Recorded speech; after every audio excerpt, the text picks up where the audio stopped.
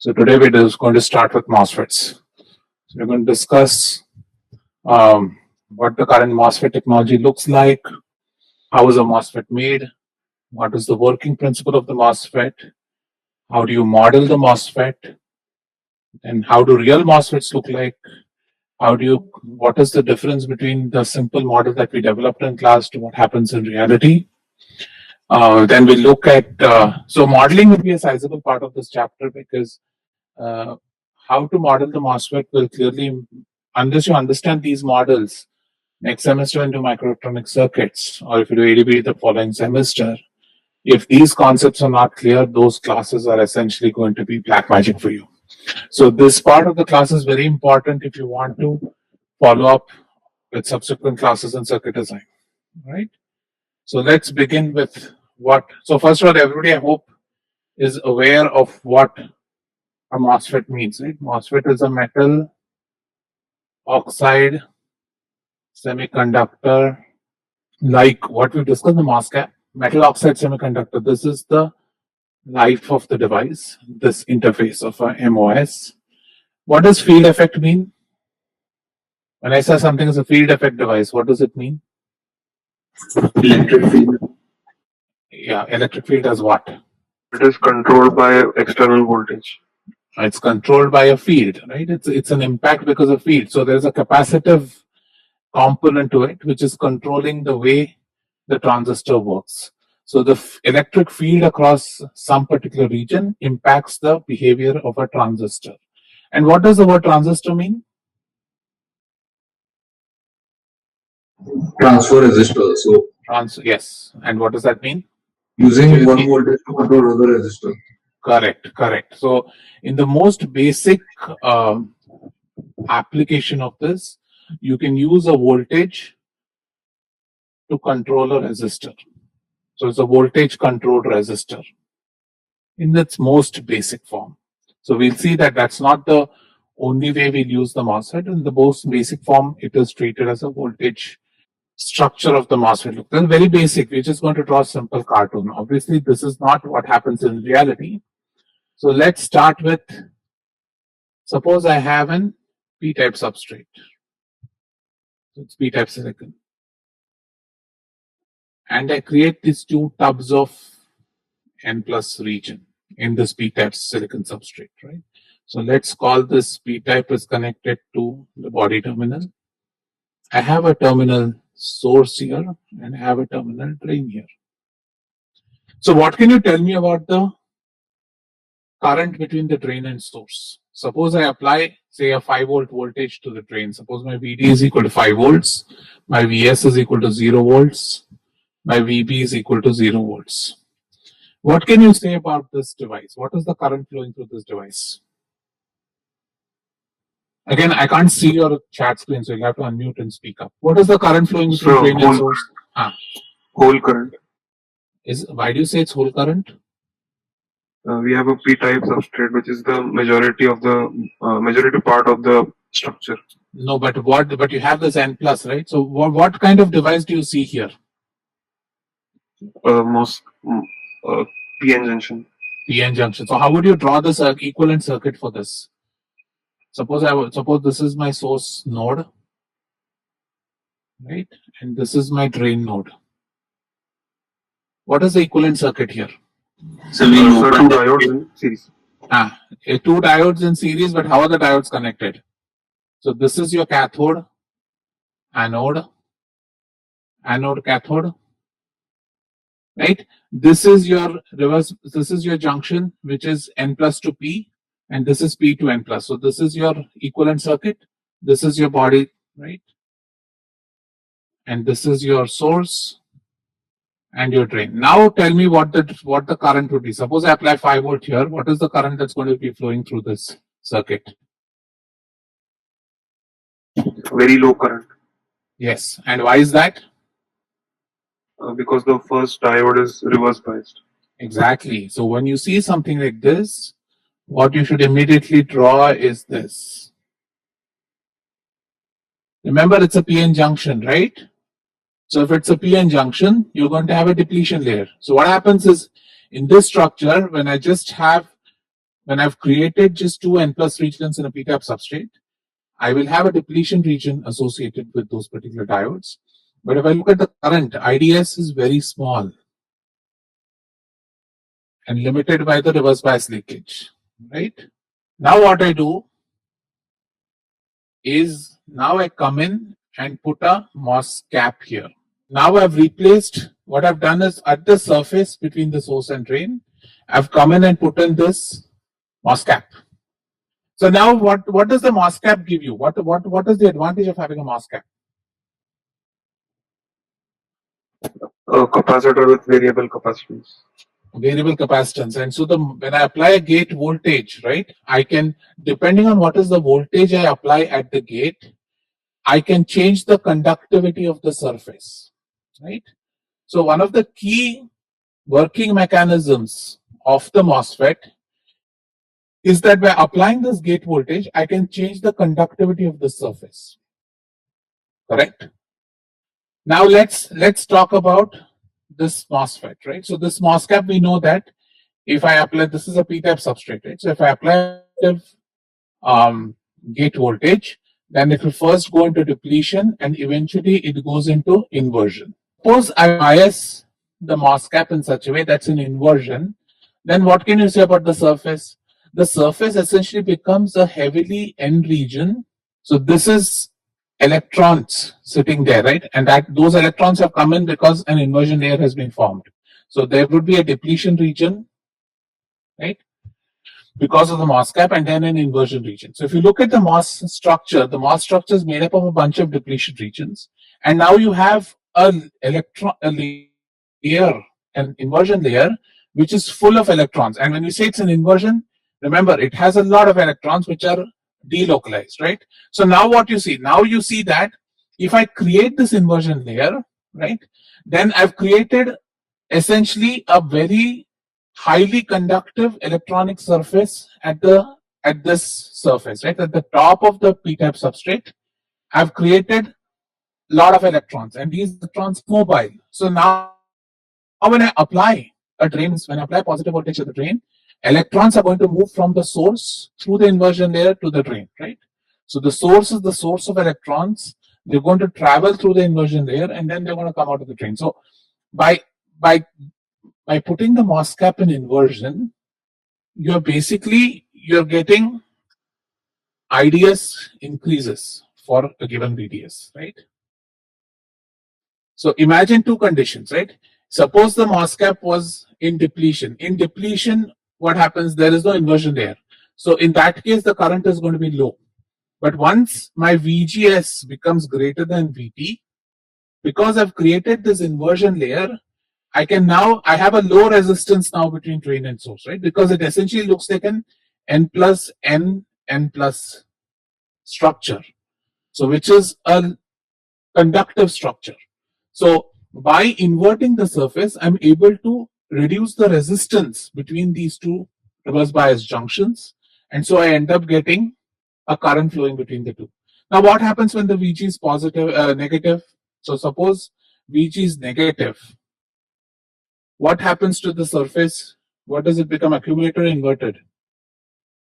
Accumulated. And does accumulation, will it reduce the conductivity between drain and source? Yes, it should, because it is holes. But how are the holes going to? So if I create a junction where there are a lot of holes here, what happens? There is this depletion region sitting here, right? So that depletion, what does depletion region mean? So depletion region means that, see, charge carriers. Right. So let's think about this. When an electron comes in from the source, right? So when you think about a conductor in a circuit, what does it mean? An electron comes into the source and an electron has to come out from the drain, right? That means a current has flowed through this conductor. Now, if I had created a surface of holes here, when an electron, because see, N plus means it doesn't have any holes. N plus has only a lot of electrons, right? So N plus, if a hole from here wants to get out, right? The hole here is from a P region. The N region, for most practical purposes, has very little holes. So therefore, a hole can't come out the drain here. So what essentially happens is, when it's an accumulation, Even though you have changed the surface conductivity, IDS continues to remain low. Right? That is because there are a lot of holes here. Remember, for current to flow, an electron comes in here and another electron from the channel goes out, right? Or if you think about it, that's why we say that the same electron that's coming in here is coming out here. But in reality, depending on the concentration of electrons, I can see that I can push more and more electrons, right? So what you see is that this structure conducts current only beyond when the voltage is, say, slightly higher than VT, right? And then for all voltages less than VT, you do not have a path of conduction between the source and drain.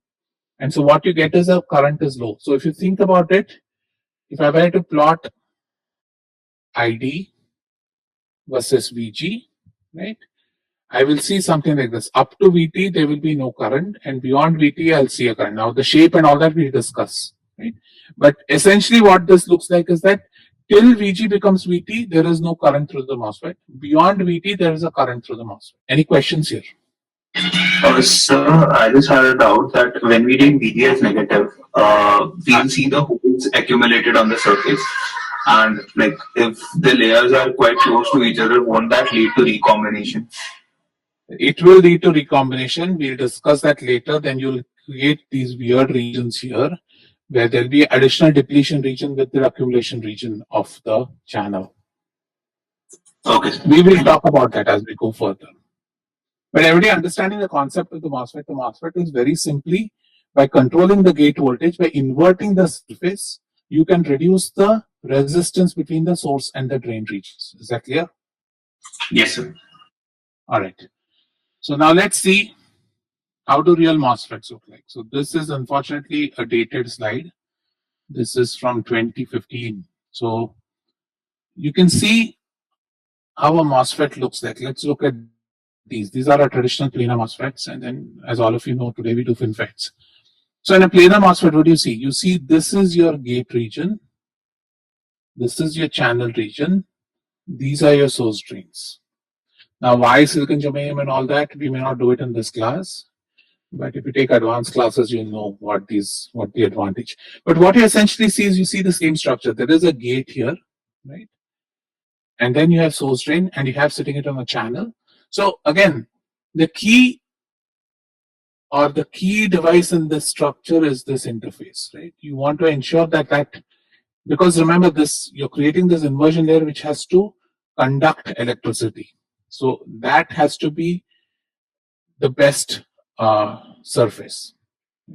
So we look at in detail as to what the surface has to be, how do we model the conductivity of that surface, etc.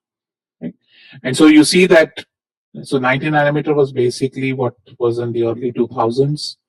45 was 2007, 2008 timeframe when it went into volume manufacturing, and 22 went into volume manufacturing in 2012. And so today we are at the 7 nanometer. So if you buy the latest iPhone 12 has a 5 nanometer chip on it. The iPhone 11 had a 7 nanometer chip on it. What is 90, what is 7 and all that is a philosophical discussion which we can do at a later stage. All right. So let's think about qualitative. So like the MOSCAP, what I'm going to do is similar to the MOSCAP, I'm going to now we'll intuitively understand how the MOSFET would work as I keep playing with the different gate voltages. So first of all, let's talk about, now let's start with the NMOS. So what I'm going to treat with is we're going to discuss the NMOS, and then everything will change when it becomes PMOS. The polarities will change, etc. And I'll show you one slide about it. So again, let's look carefully at the surface. Now I'm going to shorthand the previous figure and just draw this. This is all sitting in P-type, right? So first and foremost, whenever we have got two different types of semiconductors together, right? So let's assume that the metal work function is such that at Vg equal to 0, the MOS cap is in depletion. So you guys know that by changing the work function of the MOS cap, I can change what is the condition of the MOS cap at Vg equal to 0, right? Depending on where the work function is, that changes the Vt of the device. So let's assume that we have created a MOSFET where the MOS structure is in depletion when Vg is equal to 0. So now if I want to draw the depletion layer of this transistor, so at VGS equal to 0 and VDS equal to 0, what happens? So at VGS equal to 0 and VDS equal to 0, which means that the system is in equilibrium. There is no applied electric field anywhere. So in that case, remember, in all conditions in this case, if I don't mention, VP is always 0. So I will have a depletion region here.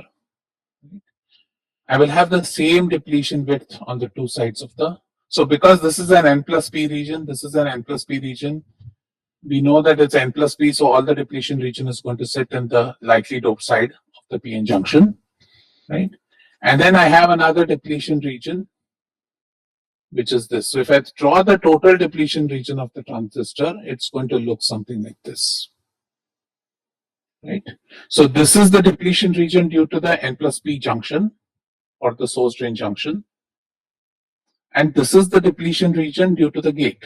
And now, what can you say about the current? The current IDS flowing through this structure is going to be 0, obviously, because there's no applied voltage, so there is no field, and so you're not going to have any current. Now let's look at a condition where instead of VDS equal to 0, I give some VDS which is greater than 0. So if I give some VDS greater than 0, how does the depletion region look like? So what can you say about the depletion? So again, this is the source side, this is the drain side. So if VDS is greater than 0, it means that VD is greater than VS. So if the depletion region at the source side is like this, what can you say about the depletion region at the drain side? It will narrow down.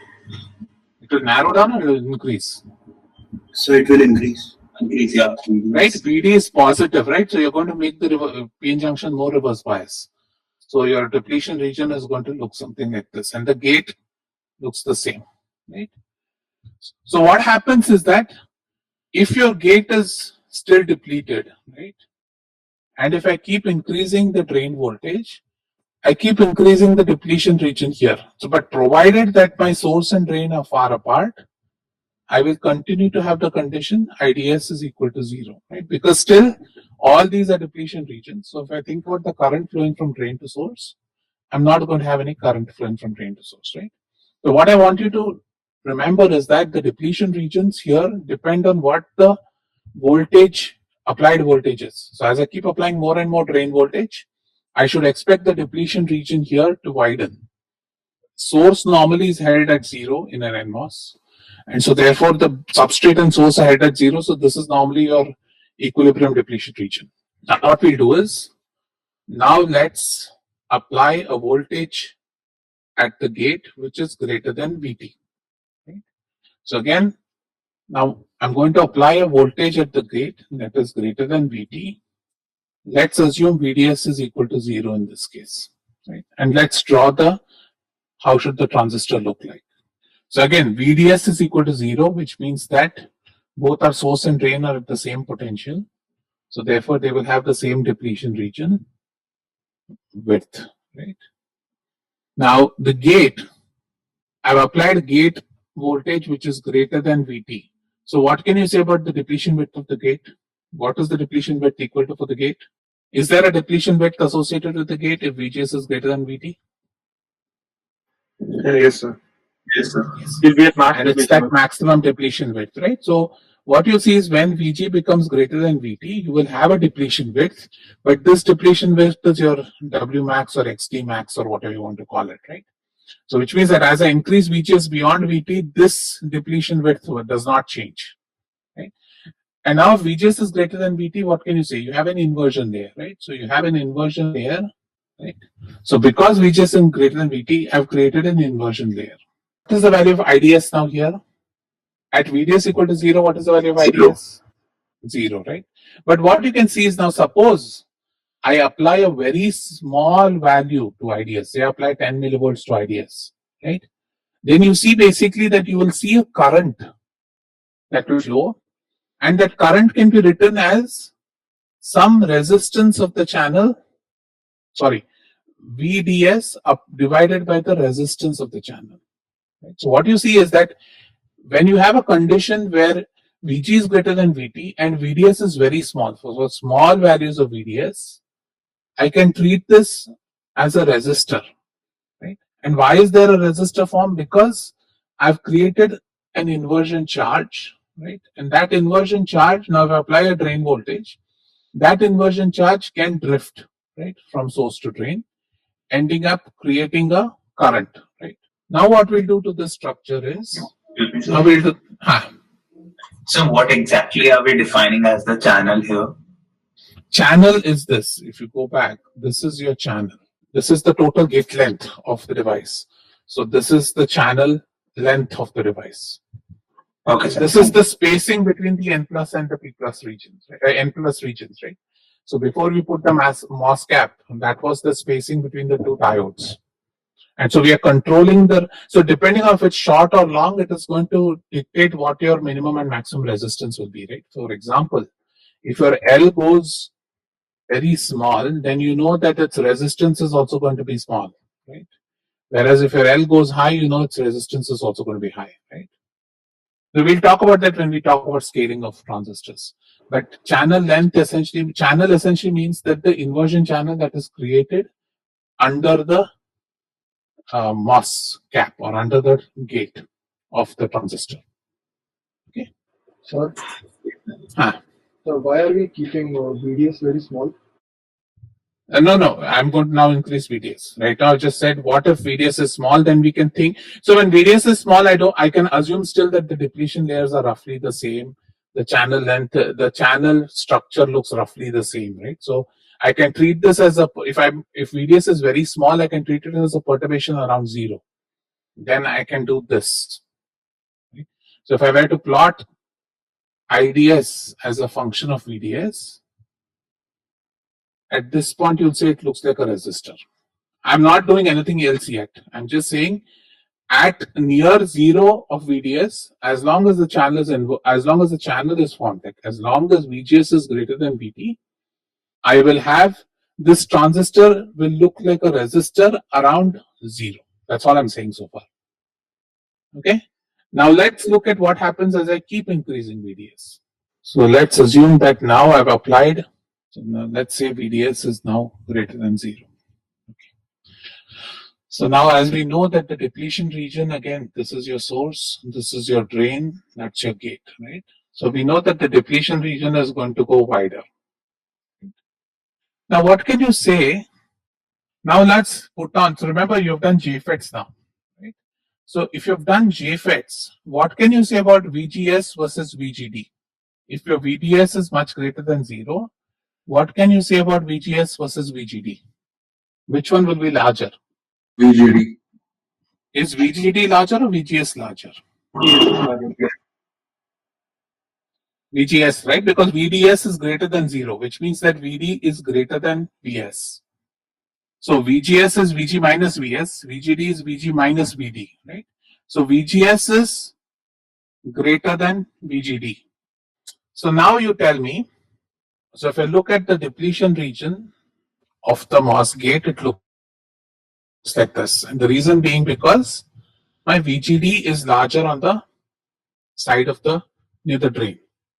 Now tell me what happens to the inversion layer. If inversion layer is of this thickness at the source end, do you expect the inversion layer thickness or do you expect the charge in the inversion layer to be the same at the source end and the drain end? Intuitively, what do you think? Will the charge at the source end and drain end be the same or different? Different.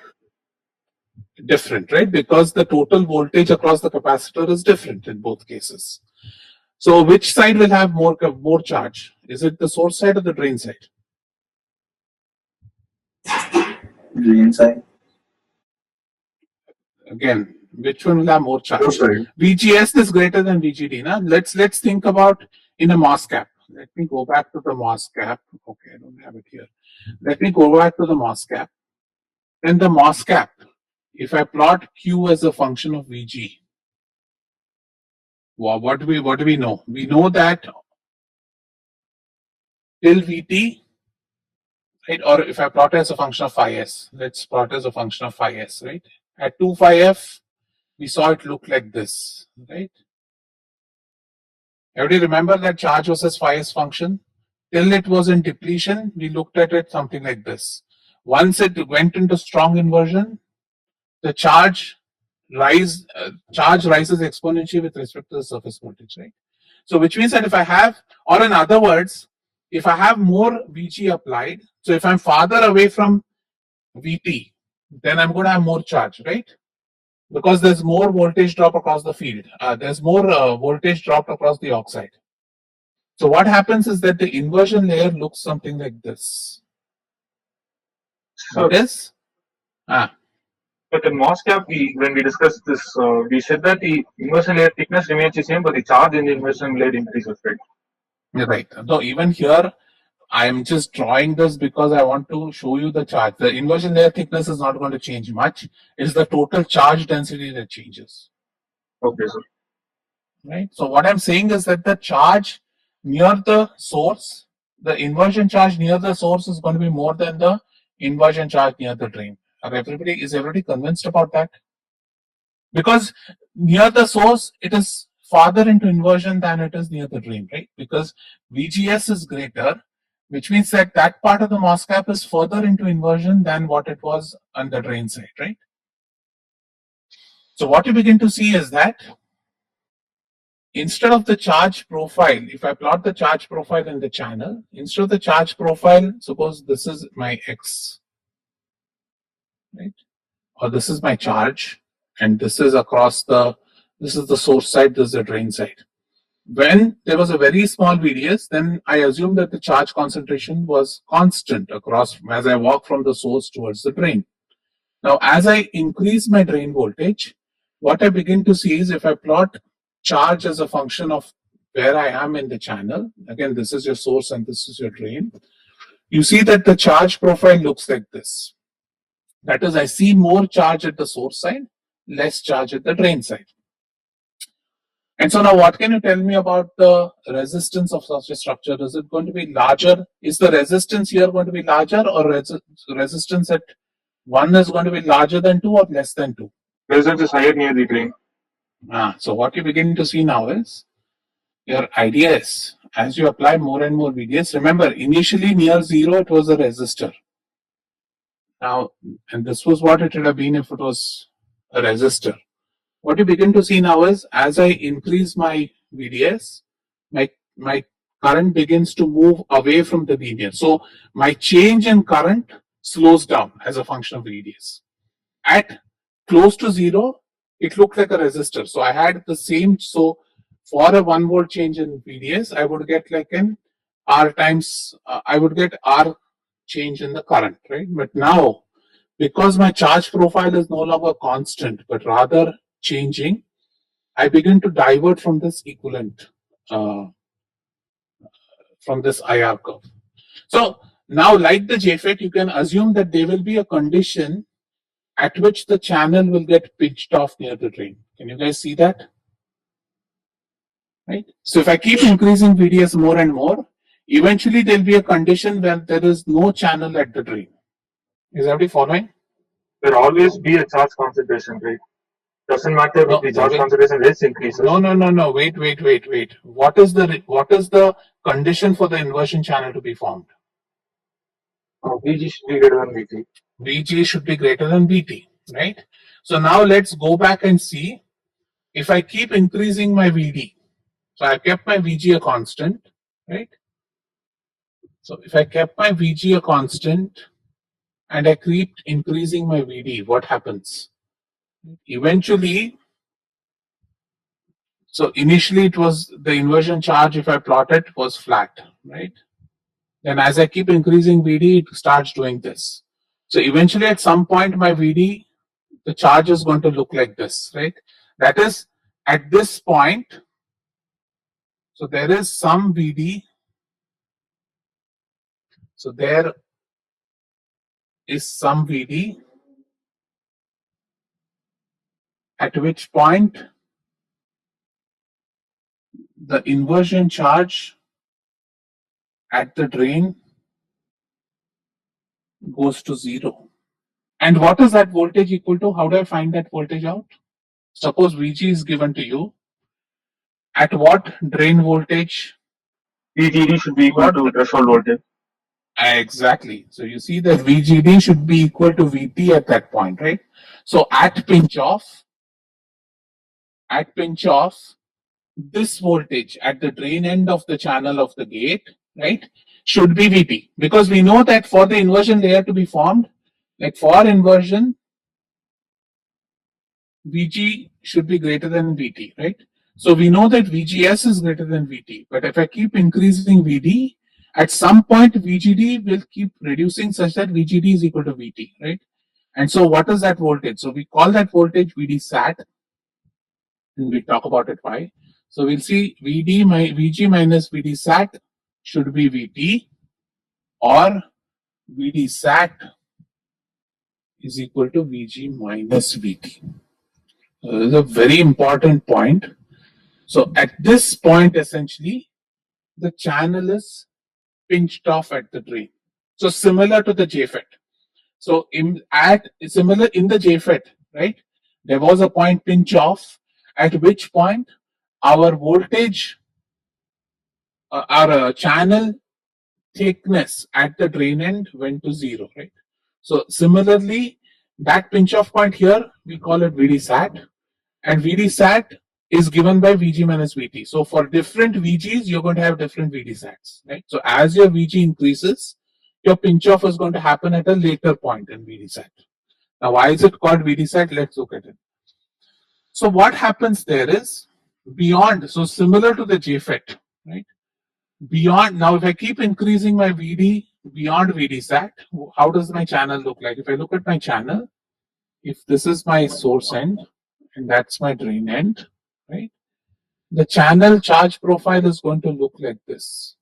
So the pinch off point starts moving towards the source. If I get my VD greater than VD sat, then my pinch off point, and we use the same, we invoke the same model here, that so in this region between this point, say x is equal to x naught and this point, right? Between these 2 points, there's a very, very high field. This has a high electric field, right? Because it's a reverse bias PN junction.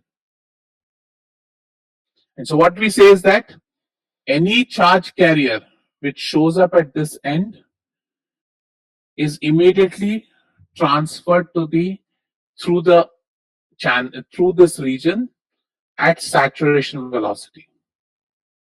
So same logic like JFET. What we say is once pinch off has occurred, we have created this high field region. And so if any carrier gets inside that high field region, it is completely swept off, and so it shows up as a current. So what essentially happens is, you can also think of it as all of a sudden now your channel length is reduced from L to some L minus delta L. Okay. Now when we do modeling of MOSFETs, we will always say this delta L is much, much, much smaller than L. Again, when I teach you short channel effects, we look at conditions, what happens when this is not true. But for the simple model, let's assume that this delta L is much, much less than L. So in other words, I can treat this effect as minuscule. So I will say that the pinch off point never really moves within the channel. So what happens there is, if the pinch off point doesn't move, then basically if I plot my ID versus VD, right? We saw initially it was a linear curve, then it started to move. And once it reaches VD sat, it stays a constant. So this point, right? This point at which the channel is pinched off completely. Once the channel is completely pinched off, then the current is completely controlled by that region, right? Because any charge that comes in can quickly get swept off through that region. So what essentially happens is now your current through the MOSFET is limited and it is given by this condition. So what we see is that ID is equal or IDS is equal to ID SAT for a given VG and when VD is greater than VD SAT. So once I've gone into this pinch off region of the MOSFET, right, my current saturates. So what we call this region of the MOS operation as the saturation region. So in this, current is saturated. So again, this saturated current is a function of the VGS. It is going to be a function of the gate voltage. So by changing the gate voltage, I can move it up or down. So if I increase the gate voltage, I will have a curve which will look something like this for higher VG. But eventually it will also saturate at some higher VD sat, but there will be a saturation voltage. So what you see is for any given gate voltage, you see three regions, or normally they're called two regions, but sometimes we look at three. We call it as the linear region. So close to zero, close to VDS equal to zero, my IDS is proportional to VDS. So I call this as my linear region. Before VD sat, so for VD less than VD sat, I call this as my triode region. Why am I saying it's triode region? Is because the current is a function of both VDS and VGS. So it is like a triode because the current is the drain to source current is a function of the voltage between the drain and source and between the gate and source. Right? And the third region, when VDS is greater than VD sat, is known as the saturation region. And in the saturation region, for the simplest model, IDS is only a function of VGS. And finally, we have a fourth region when VG is less than VT, when VGS is less than VT, we call this as the cutoff region. So in this region, IDS is going to be zero, right? Because we have not created an inversion channel. So many a times in different textbooks, you'll see these two are used interchangeably. Linear and triode region are used interchangeably. But in strict terms, linear means it is very close to zero. That is, your VDS is very small. And in that limiting condition, you can treat the transistor as a resistor. Right? But you'll see a lot of textbooks will interchangeably call the linear region triode region is linear region. So always remember that you normally, whenever you think about a MOSFET, there are three regions of operation of the MOSFET. There is the cutoff region, where essentially you have not turned on the MOSFET. There is the linear and or triode region, right? So in the linear region, current is only a function of VDS and VGS. So in both cases, in both linear and triode region, right? In these two cases, your current is a function of both VGS and VDS. So that is the difference. When it is in the triode and linear region, current is a function of both the voltages that you've applied. But once you push it into saturation, right? Once you push it into saturation, then the current is only a function of VGS. Right? So now I'll show you another very important use of a MOSFET. If I bias the MOSFET in saturation, right? So let's assume I bias the MOSFET in saturation. So if I think about the drain and source, what I'm saying is that if I bias the MOSFET in saturation, then IDS is a constant independent of VDS. Right? So no matter what is the voltage I apply across drain and source, my current that is flowing through this is always going to be a constant. It's only dependent on a VG. So I can control VG.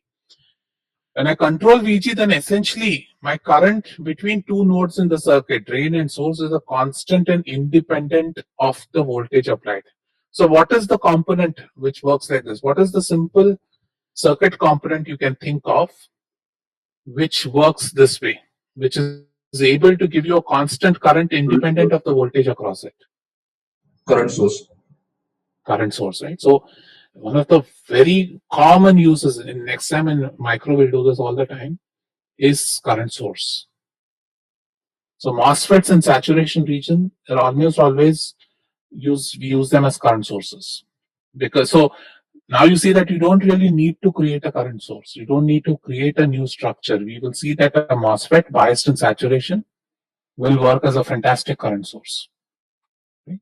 And that is because in the ideal MOSFET, we have this condition. That is, the current in saturation is not a function of VDS, right? So if you think about the resistance of this current source, it is infinite because you can change the VDS, the current does not change. So VDS by IDS is essentially 0, right? So clear. So again, you think about the uses of MOSFET. We looked at, if I treat it as an IDS versus VDS, if I treat it as an IDS versus VGS, sorry, I can use it as a switch, right? That is, in this case, by controlling the gate voltage, I can either short the drain and source, or I can keep the drain and source open. So that is the way I use the MOSFET as a switch. So digital design works this way. You use MOSFET as switches there. Or I use them as current sources by biasing the transistor in saturation. We'll also look at another advantage of what happens in transistor saturation, but almost all analog design. So analog design will focus on this aspect. When things are in saturation, we will use MOSFETs in saturation in analog design. In digital design, we'll use MOSFETs across the entire range of VGS. Okay. So again, this is an important thing that you need to keep in mind. We won't start modeling right now, but it's an important thing to keep in mind that you can use. You should start now thinking of this MOSFET not only from the physics aspect of it, but also as a black box, right? That is what circuit design is going to make this into a black box. You'll be interested in knowing what the IV relationships across the different nodes are. Right? So while the physics is important, you should also understand the modeling of this and how to use it to build circuits. So as we discussed, right, we have two types of MOSFETs. We have an NMOS and a PMOS, right? So generally when we think about an NMOS is built. So the N or PMOS tells you what kind of inversion layer you have formed. When I say an N MOSFET, I'm saying that I'm going to form an N-type inversion layer or an electron inversion layer. Right? So in this case, my source and drain are going to be N plus, my body is going to be P, and this is your N MOSFET. And in the N MOSFET, generally, VG is greater than, VT is greater than 0. Right?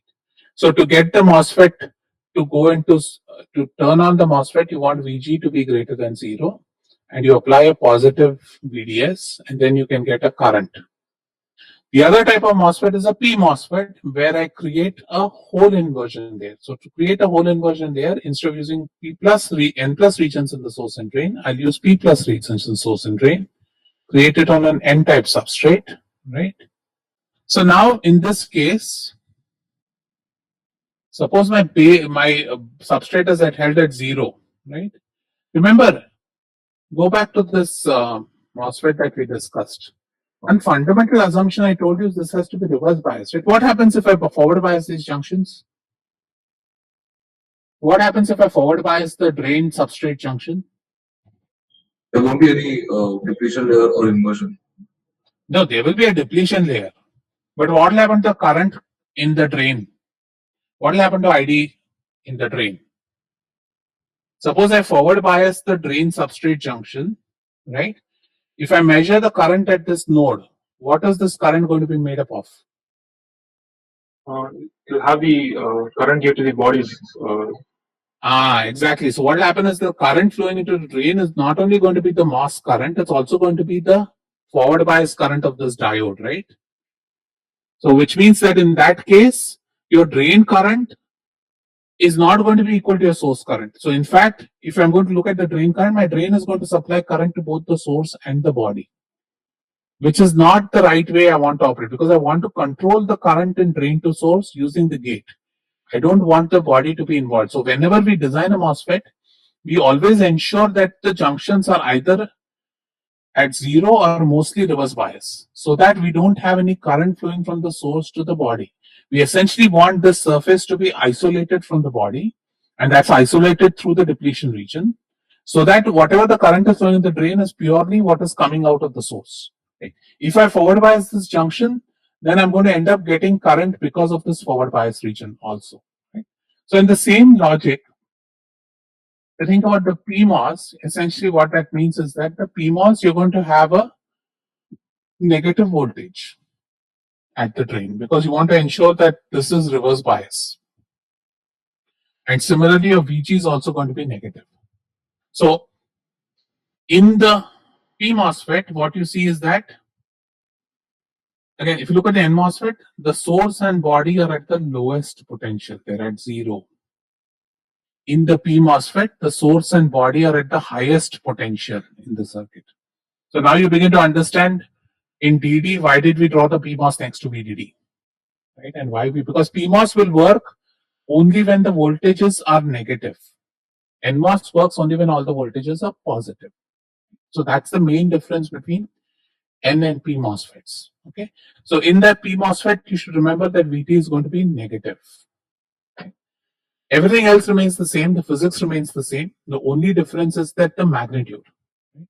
Similar to the JFET. So like the JFET in the MOSFET also, or if you think about MOSCAP, remember in the MOSCAP we did that, right? Between N and P substrates, we saw that they look similar, only thing the direction of voltages are different. So same thing happens in the MOSFET. Okay. So I'll stop here. We'll start with enhancement depletion mode MOSFETs next class, and then we'll do the modeling. Yeah, go ahead. Sir, can you go to the pinch-off slide, please? So I had a question. When we achieve pinch-off, the region beyond the pinch-off, that is beyond x equals xt, that is in depletion, right?